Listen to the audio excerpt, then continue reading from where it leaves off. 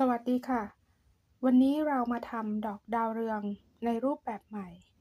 แบบที่1โดยใช้ริบบิ้นฐานสีเราจะใช้ริบบิ้น2สีก็คือสีเหลืองกับสีส้มเพื่อจะได้มองเห็นชัดเจนถ้าใครทำเก่งแล้วเราก็จะใช้ริบบิ้นสีเดียวกันก็ได้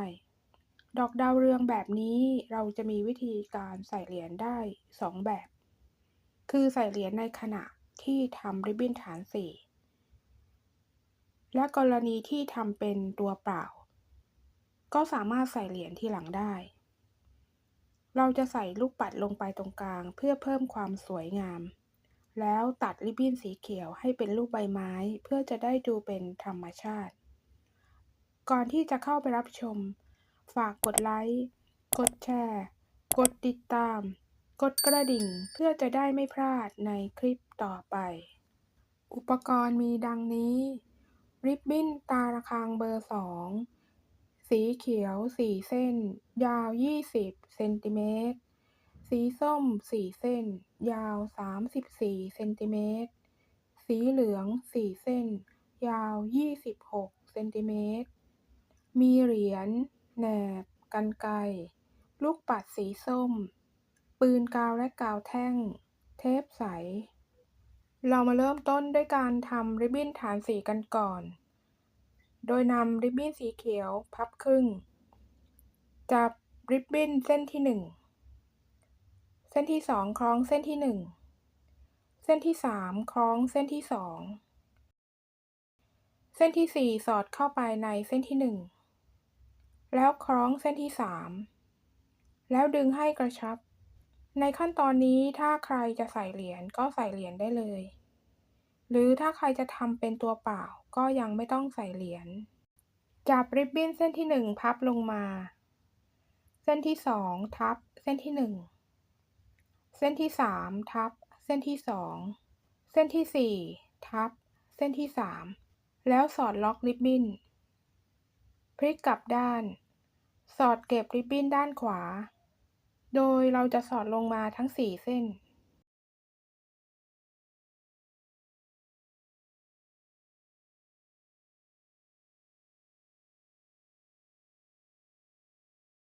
พลิกกลับด้านนำริบบิ้นสีส้มกับสีเหลืองนำมาซ้อนกันโดยให้สีส้มอยู่ด้านบนสีเหลืองอยู่ด้านล่างแล้วสอดเข้าไป3เซนติเมตรและพับไว้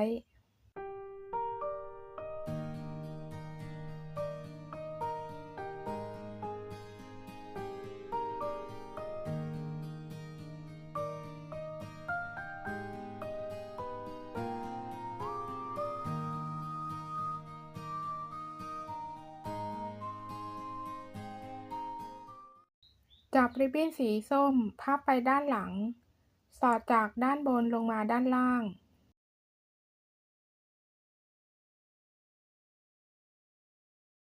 ดึงกลีบดอกให้หลวมทำเหมือนกันทั้ง4เส้น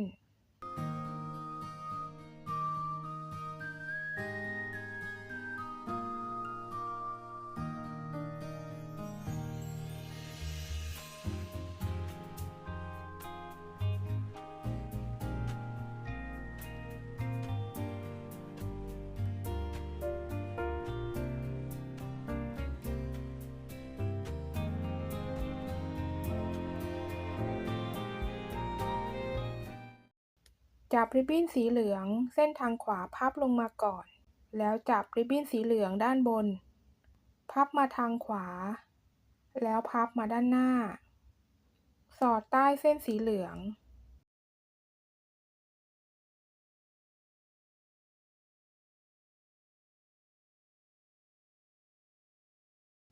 ดึงกลีบดอกให้หลวม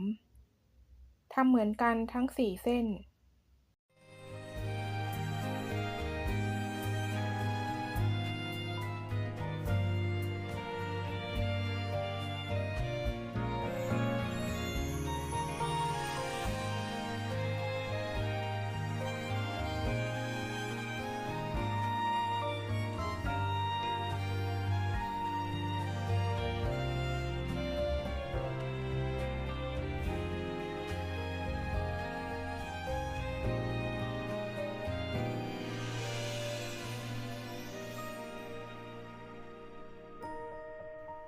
จัดกลีบดอกให้สีส้มใหญ่กว่าสีเหลือง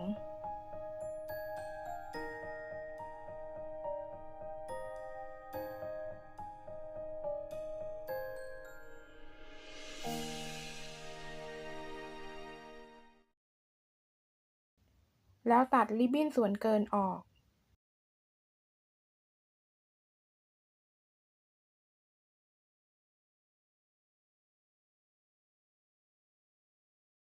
จับริบบิ้นสีเหลือง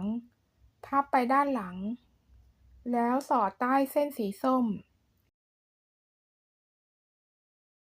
ดึงกลีบดอกให้หลวมทำเหมือนกันทั้ง4เส้น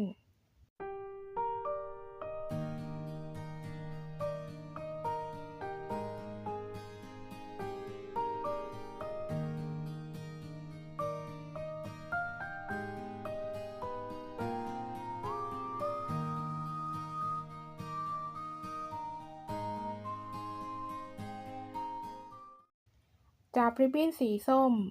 พับมาด้านหน้าไปทางซ้าย2 ครั้งแล้วสอดใต้เส้นสีเหลืองดึงกลีบดอกให้หลวมทำเหมือนกันทั้ง4เส้น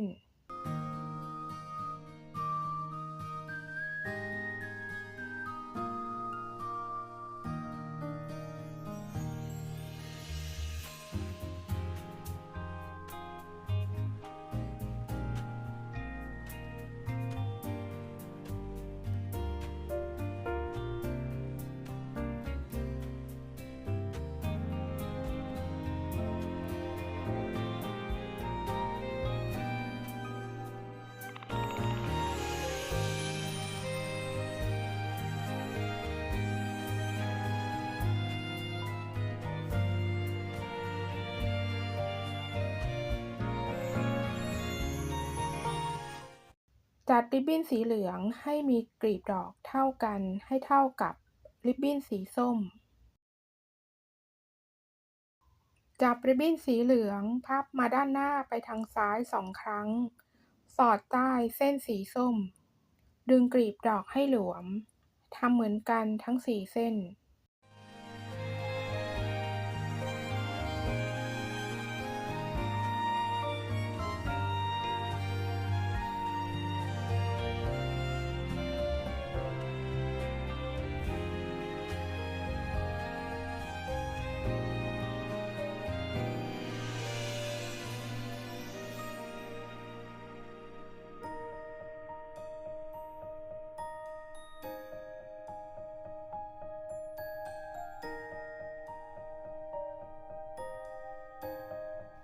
จับริบบิ้นสีส้มพับไปด้านหลังแล้วสอดใต้เส้นสีเหลืองโดยสอดจากด้านบนลงมาด้านล่างดึงกลีบดอกให้หลวมทำเหมือนกันทั้ง4เส้น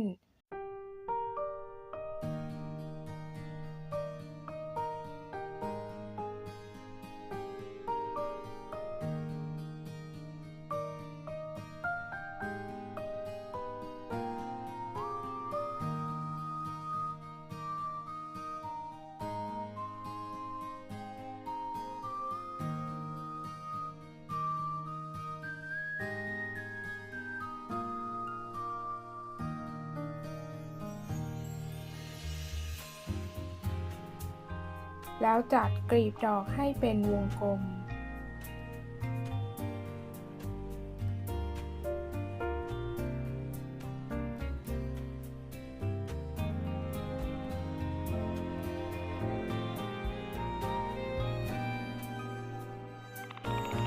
ตัดริบบิ้นสีเหลืองออก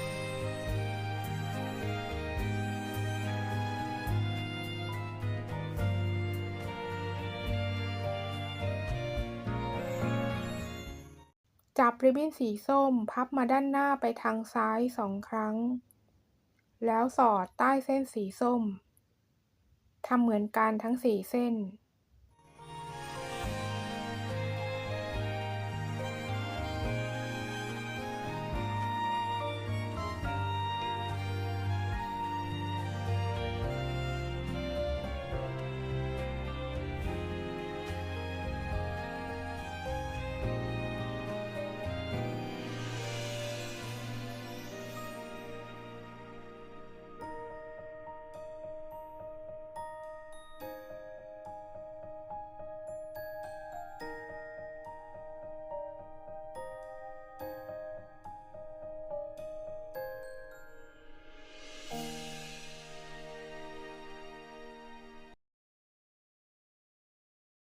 แล้วจัดกลีบดอกให้เป็นวงกลม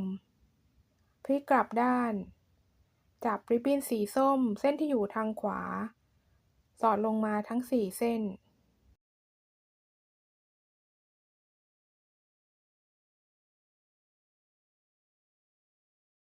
แล้วตัดริบบิ้นส่วนเกินออกให้เหลือสีเขียวเส้นยาวเหลือไว้4เส้นนี่ก็เป็นการทำดอกดาวเรืองแบบตัวเปล่าเราจะเหลือริบบิ้นเหลือไว้ด้านละประมาณ7เซนติเมตรวิธีการใส่เหรียญทีหลังเราก็จะนำเหรียญมาวางแล้วพับริบบิ้นเส้นที่1พับลงมาเส้นที่2ทับเส้นที่1เส้นที่3ทับเส้นที่2เส้นที่4ทับเส้นที่3แล้วสอดล็อกริบบิ้น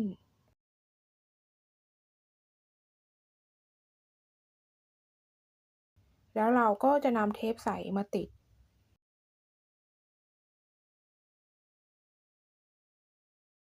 ตัดริบบิ้นส่วนเกินออกหรือจะตัดให้เป็นรูปใบไม้ก็ได้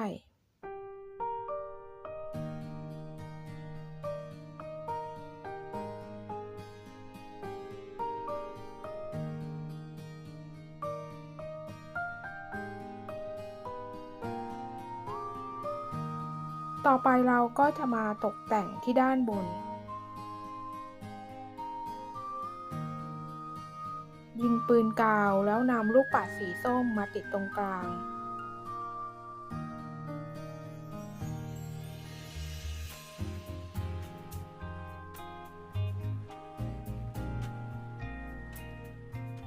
ขอบคุณทุกท่านที่เข้ามารับชม